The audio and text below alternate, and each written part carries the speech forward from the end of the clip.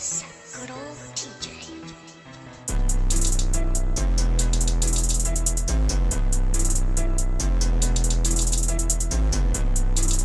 Konnichiwa, this is your boy INCOG.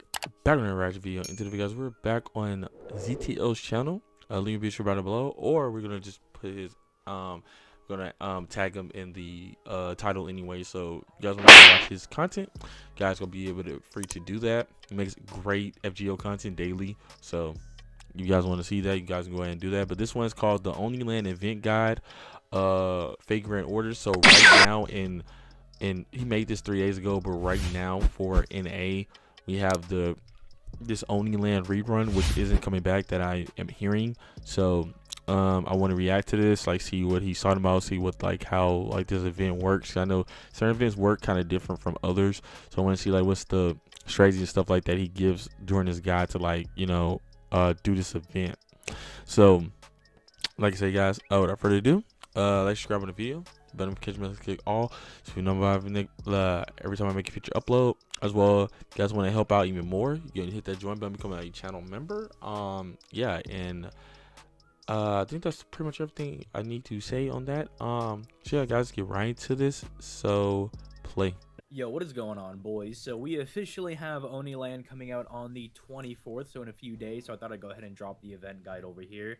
And you'll have to forgive me if I'm a little sniffly or something today, because it is like the first day over where I live where it's fallen below 50 degrees. So, you know, I'm getting the sniffles a little bit, you know? It's kind of hitting me a little bit. Yeah, so to see it. for that, or if I sound a little Big different sniffles as I record this video. But, you know, still gonna come out here and bring the daily FGO content. Speaking of, if you enjoy FGO content, I do upload every single day, and all I ask for in return is a like on the video and a subscribe to the channel. Now, if you're feeling extra feisty, you can click that join button to become a channel member. But with that being said, I have quite a few tabs pulled up here for the good old Oniland, but this is not a very scary event. Nothing too, you know, intense for us to unpack over here. Impact, bro, that's not even the right word. Anyway, my boy big rambling. this is going to be a pretty mellow event. Shouldn't be too difficult for most people to get through. I mean, I think the only annoying thing is that you have to clear, what is it, Lost Belt 2? Yeah, actually, it's right there on the screen. You have to clear Lost Belt 2 to actually do this event. So that's the only annoying thing. Make sure you get that done. Thankfully, Lost Belt 1 and 2 aren't the most difficult things to get through, so you should be able to kind of friendless scum your way through that. Yeah, I did like 2.5 friends list. And you know, we have people in the Discord that if, you know, you're a newer player and you're like, oh, I don't have the good enough servants to get through this, I'm sure there's people in the Discord you can add that'll, you know, definitely be able to carry you through Lost Belt 1 and 2. But anyway, you know, once you get into this event, the main drive here is that you're going to be getting Shoe 10 Caster for free. This is basically like, hey, you don't have your own Sanzo or anything, like, here's a pretty decent single target caster over here at free NP5, and she's definitely pretty good. We'll talk about her when she gets her own video in like a day or so or something like that. But which I will be reacting to that. To get for this event, and it's again not all that painful to get through. It's pretty nice. Like it's nice to not have like a super cancerous event to get through. A very nice follow up to something like Gilfest, right, where Gilfest everybody was farming mad hard. This is definitely a more lax event that you can go ahead and get through. I mean, the only annoying thing is that there is a point ladder. I guess if you want to say that that's a little annoying, but it's not like Summer 3 where there's 3-point ladders. Yeah, or even like Summer 6 right now on JP where it's like there's a point ladder, but you have to farm another material to roll a lottery to then get points on that point ladder. Like, hold on, I'm gonna pause. What? You gotta get a certain item to roll for this, and what type of event? And that's gonna come to us eventually. What type of event is that? What? That sounds like it sounds like you're doing chemical equations. You're doing like trying to put people into space or something. Like what? Like what did he just say? You know what? I'm not even right. My brain. It's 11:01 right now where I'm at. So, all right, play. Like that, it's just like, hey, play the game and you're gonna get some points on that, you know, point ladder. It's really not all that bad. Then over here we have some of the free-to-play CEs you're gonna be able to pick up. I mean, none of them are really gonna be super great outside of the event. Like you can see this one, it gives you ignore invincibility. Like that's nice. If you're a newer player and you don't have one of these CEs that just gives you permanent ignore invincibility. These are very good CEs to start picking up now, because there's going to be a lot of fights in the game where an enemy has, something like permanent dodge, or like dodge for 20 hits, or 20 hits of invincibility, or just something annoying like that. And having a CE that just says, permanently you get pierce invincibility, pierce defense, sure hit, things along those lines, they're just always really nice to have, because then you're not limited to who you can bring to that fight, and you don't really have to care about one of the main mechanics in that fight. Because usually when a boss has a mechanic like that, it's usually what they're built around. It's built to like stall you down while they build up or something.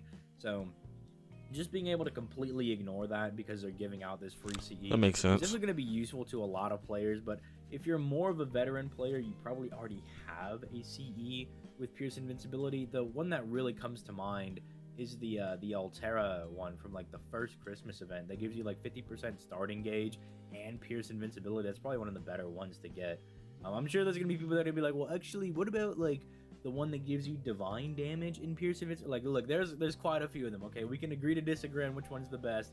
I like my starting gauge and my pierce invincibility, but regardless, this is probably gonna be the most useful to a lot of people.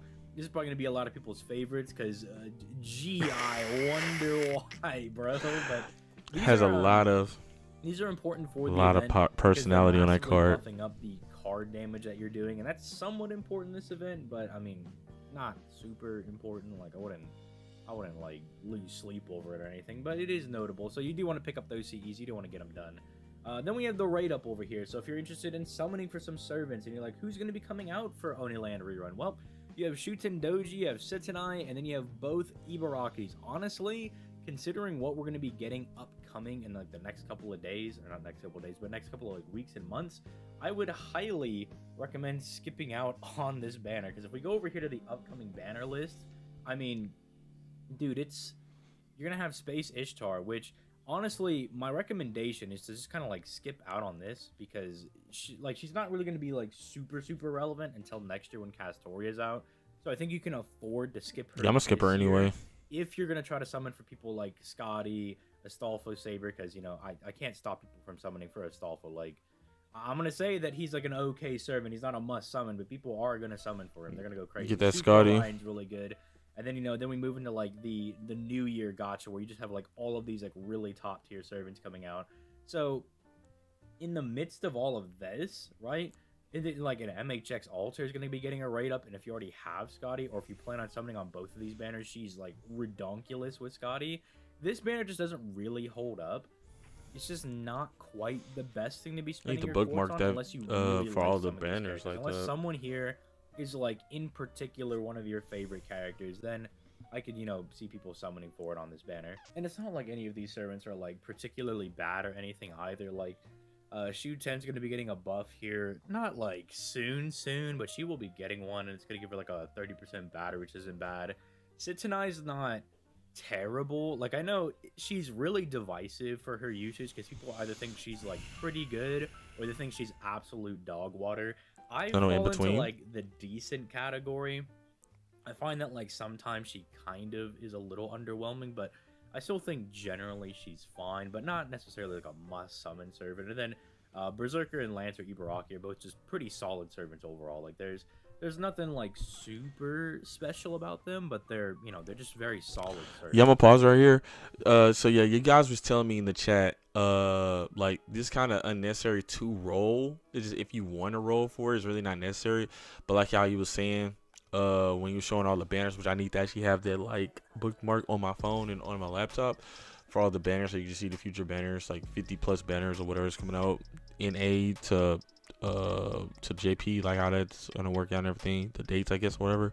But me, like I said, I'm gonna go for Scotty first and foremost, and then I'm probably just gonna wait and just for Castoria to come out. I think just save my SQ and stuff from that point, because Space Ishtar, like he said, I guess it's really not necessary to get her until Castoria comes out. Castoria will come out next year, so I might end up rolling for Space Ishtar next year instead of this year. Like this year will be Scotty, and then let everything roll through. After that, be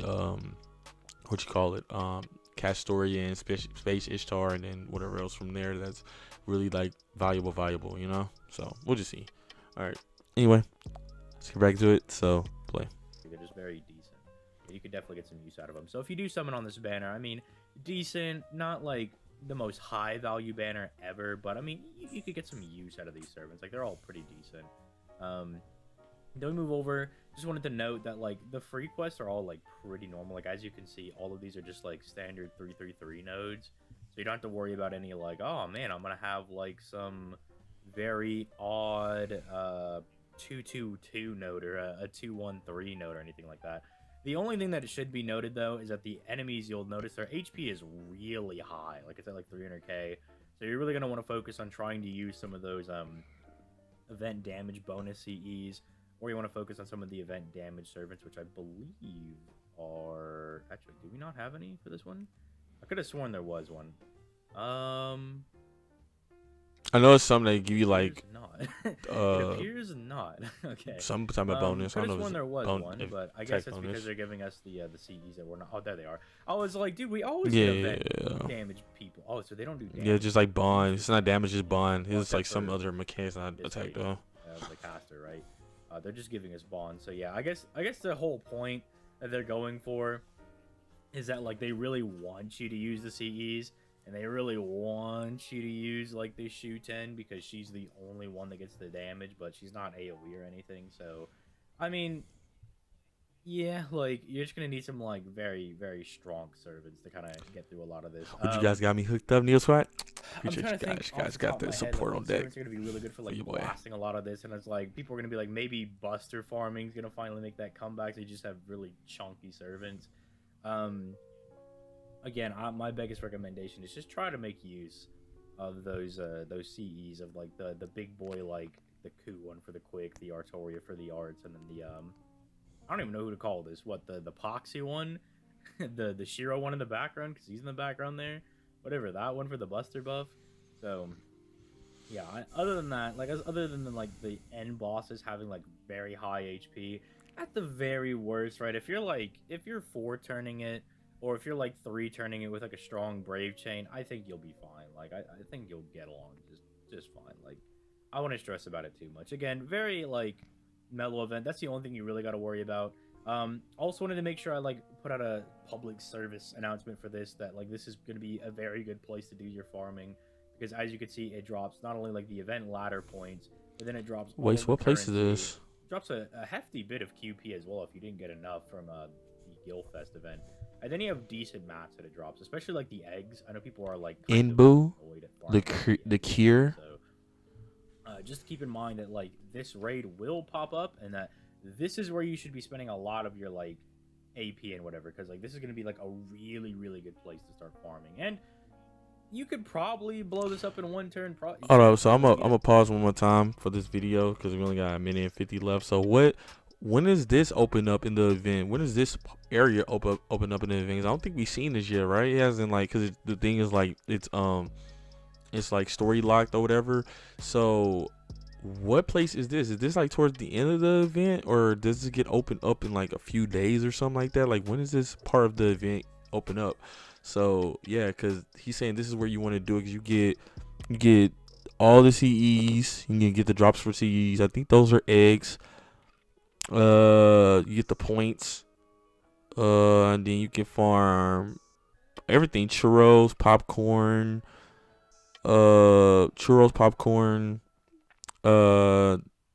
I forgot the other one, and give you QP as well. Yeah. So when does this even get opened up? All right, play. That hard. Like, I imagine if you just have like a solid single target servant, and you just buff them as much as you can, you could probably blow this person up, especially with some of these event damage CEs. So like, really shouldn't be that hard. And then finally we come down to the challenge quest, which I did a little bit of looking into because I haven't done this in quite a while. Yeah, crystallized lore from it. So I have to go refresh my memory on it, but it's looking like it's one of those quests where if you're kind of struggling a little bit, you just bring a good old Arjuna altar and just blow everybody. When in doubt, so Arjuna it out. As you can see, they're not like really doing anything super insane, it's like, oh, removes all debuffs and then gets buff success rate up. Ooh, ooh, that's real scary right there. Grants every unit on the battlefield attack damage and defense for 3 turns. Ooh, dude. Oh man, dude, we're really rolling in challenging content now, and maybe I'm just being facetious. kind of I don't know, being a little snarky, right? Because we just got out of Gilfest, and dude, there were some of those that I didn't even finish. Yeah, I was there like, were some of nah. them that I was like, screw this, I'm doing it man. next year. I'm not doing this. Is too annoying. So there were some of them that I was like, man. I think I did 2 or 3 of them. I think I completed. Dude, but yeah, this shouldn't really be all that difficult for people to get through. And yeah, I think with that being said, prepare for a kind of mellow, relaxed event. Get your Shu 10 caster if you're a new player. She's pretty solid. I'll do a video on her, and yeah, I guess that's really it. Let me know what you guys are planning on doing for Oniland, if you're going to be farming it pretty hard, or if you're just going to be taking it casual, which is what I'm recommending. Yeah, just let me know all that in the comments down below. And with that being said, I'm gonna go ahead and get out of here. You guys, all right, so that's the end of that from ZTL. So I think I'm gonna edit and get this one out to you guys first, because this one's kind of actually relevant to the time we're at right now in NA with this, because it says Oniland event guide FateGrand order, like I say, and this is what we're doing right now on the channel primarily. So I need to find this one spot right here. I think it's called Cure. I guess that's what this place is called. I can't really tell with the Japanese writing and everything, obviously, because you got Rijo, you got Kujo, and then it says Cure up here, and then it says the Inbu subjugation,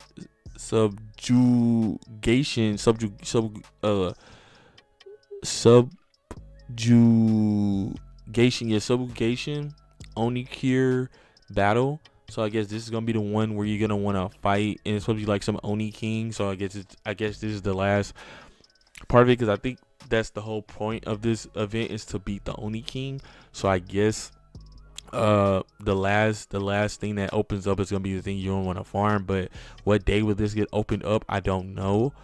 But now I got this like kind of in my head, like the image and stuff like that of what I'm gonna be looking for to farm it. So it has all this stuff right here.